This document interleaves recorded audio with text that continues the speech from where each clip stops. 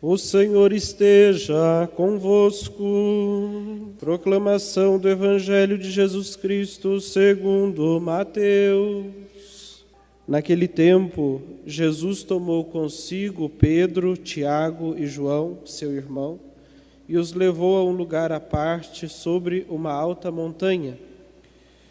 E foi transfigurado diante deles. O seu rosto brilhou como o sol, e as suas roupas ficaram brancas como a luz. Nisto apareceram-lhe Moisés e Elias, conversando com Jesus. Então Pedro tomou a palavra e disse: Senhor, é bom ficarmos aqui. Se queres, vou fazer aqui 3 tendas, uma para ti, outra para Moisés e outra para Elias. Pedro ainda estava falando quando uma nuvem luminosa os cobriu com sua sombra. E da nuvem uma voz dizia: Este é o meu Filho amado, no qual eu pus todo o meu agrado, escutai-o. Quando ouviram isso, os discípulos ficaram muito assustados e caíram com o rosto em terra. Jesus se aproximou, tocou neles e disse: Levantai-vos e não tenhais medo. Os discípulos ergueram os olhos e não viram mais ninguém, a não ser somente Jesus.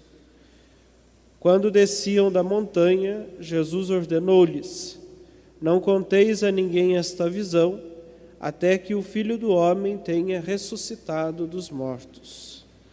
Palavra da salvação. Esse evangelho, irmãos e irmãs, que a gente acabou de escutar, nos fala de um caminho, de um itinerário, de uma descoberta que é feita por todo aquele que segue Jesus Cristo. Ele nos mostra, nos antecipa de alguma forma toda a experiência do reino de Deus. Essa antecipação acontece na vida da igreja de uma forma muito especial pelos sacramentos. O batismo nos torna cidadãos do reino dos céus, nos faz viver a vida do ressuscitado, nos introduz na vida da Santíssima Trindade. A Eucaristia, a missa, é o banquete eterno das núpcias do Cordeiro, onde já está toda a igreja vitoriosa, gloriosa, junto de Deus, como uma noiva enfeitada para o seu esposo. E ali estamos todos nós também vitoriosos em Cristo. Cada Eucaristia é a manifestação também da nossa vitória em Cristo, de que Ele já venceu por nós e nós vencemos por Cristo, com Cristo e em Cristo, como a gente diz na missa. Então, depois existem muitas formas pelas quais se manifesta ao nosso coração essa glória de Deus. Ela muitas vezes acontece na vida das pessoas no momento de conversão, momento em que elas se aproximam, ou no momento em que elas voltam para a igreja, ou no momento em que elas resolvem viver a sua fé de forma adulta, quer dizer, não porque me falaram, não porque me ensinaram, não porque me obrigaram, mas porque eu creio, porque isso me convence, porque eu encontrei ali o sentido, né, daquilo que eu procurava, que o meu coração procurava. Então, quando isso acontece, a gente tem uma experiência muito especial da glória de Deus, como os discípulos que antes da ressurreição, antes da ascensão de Cristo, antes mesmo da sua paixão, da sua morte, tiveram uma breve experiência da sua glória. E durante essa experiência, o que ele falou, né?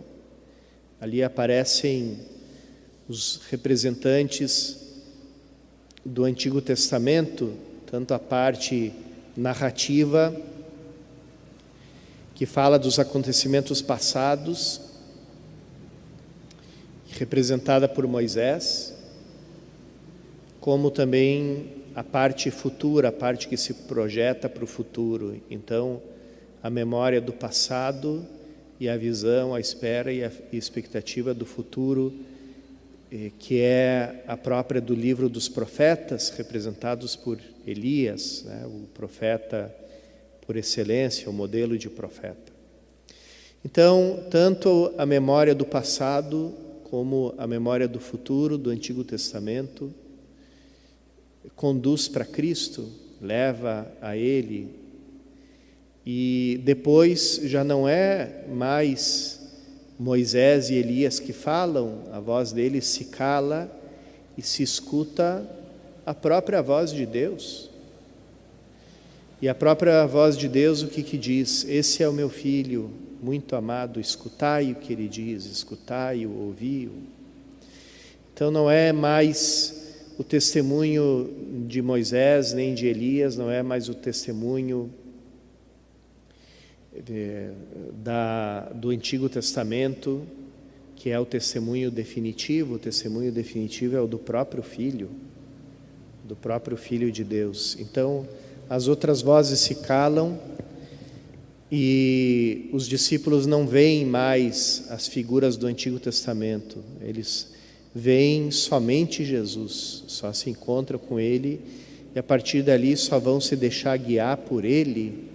Ele vai ser a lei, Ele vai ser o modelo, porque é dele que fala o Antigo Testamento, é dele que falou Moisés, é dele que falou Elias, é dele que falam todos os livros históricos e proféticos e demais escritos do Antigo Testamento, todos apontam para Jesus Cristo. Então, ele se mostra assim a eles, recebe ali o testemunho do próprio Pai a favor dele. Esse é o meu filho amado, escutem ele, escutem o que ele diz, escutem o que ele fala. Depois do monte da revelação, do monte onde é revelada a glória, do monte onde a gente encontra o sentido da nossa vida, e aqui a gente volta para a nossa experiência na oração, para a nossa experiência na liturgia, vem aquele outro monte, que é o monte do desconcerto, do susto, da prova de fé. Depois de subir o monte da transfiguração, Jesus vai sofrer no Horto das Oliveiras e vai subir aquele pequeno montinho do Calvário, que era aquela última pedra de uma grande pedreira que ficava fora de Jerusalém e que era uma pedra, uma última pedra calcária que ali na pedreira não deram valor para ela e ficou só aquele montinho. Então ali simboliza a pedra que os construtores rejeitaram, que se tornou a pedra angular. Ali é aquela pedra do Calvário. Então naquele montinho Jesus vai subir e ali ele vai realizar tudo aquilo que Moisés e Elias disseram a respeito dele. De fato, a versão de Lucas desse Evangelho da Transfiguração fala que Moisés e Elias falavam com Jesus a respeito da sua morte, né? Ou mais literalmente a respeito da sua saída, que pode querer dizer a sua saída para fora dos muros de Jerusalém, porque o Calvário ficava fora dos muros, então era a sua saída da cidade, né? Como também da sua saída do mundo. A palavra saída, ela tem essa, né, no grego do Novo Testamento, ela vem com a palavra êxodos, que lembra Êxodo, né? Lembra a saída da escravidão, porque foi justamente Jesus saindo de Jerusalém carregando a cruz que nós todos saímos, fizemos o nosso êxodo, saímos da escravidão, do pecado e da morte para a vida dos filhos de Deus. E é interessante que quando São Jerônimo traduziu a Bíblia e o Novo Testamento do grego para o latim, ele literalmente traduziu a palavra Êxodos, Êxodo, por excessum, da onde vem a nossa palavra excesso. Excesso quer dizer justamente algo que sai para fora, que extrapola, que caminha para fora.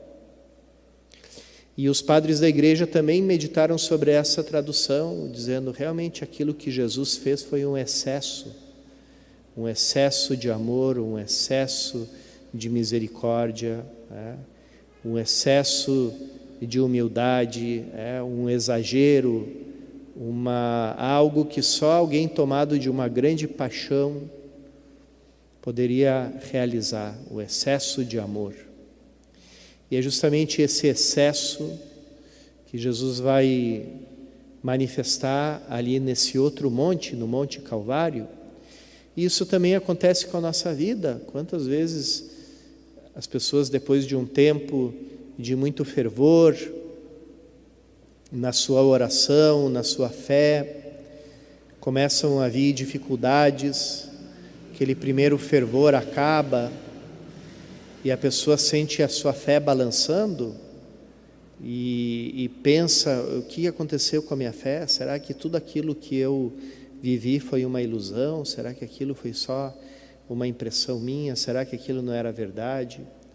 Ou ainda, será que eu, pelos meus pecados, pela minha falta de progresso, pela minha falta de santidade, deixei escapar a graça de Deus e Ele se afastou de mim?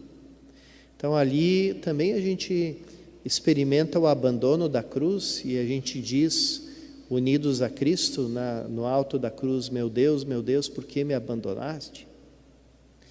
Mas a gente sabe, por causa da nossa experiência da transfiguração, que essa não é a última palavra e essa não é a última estação.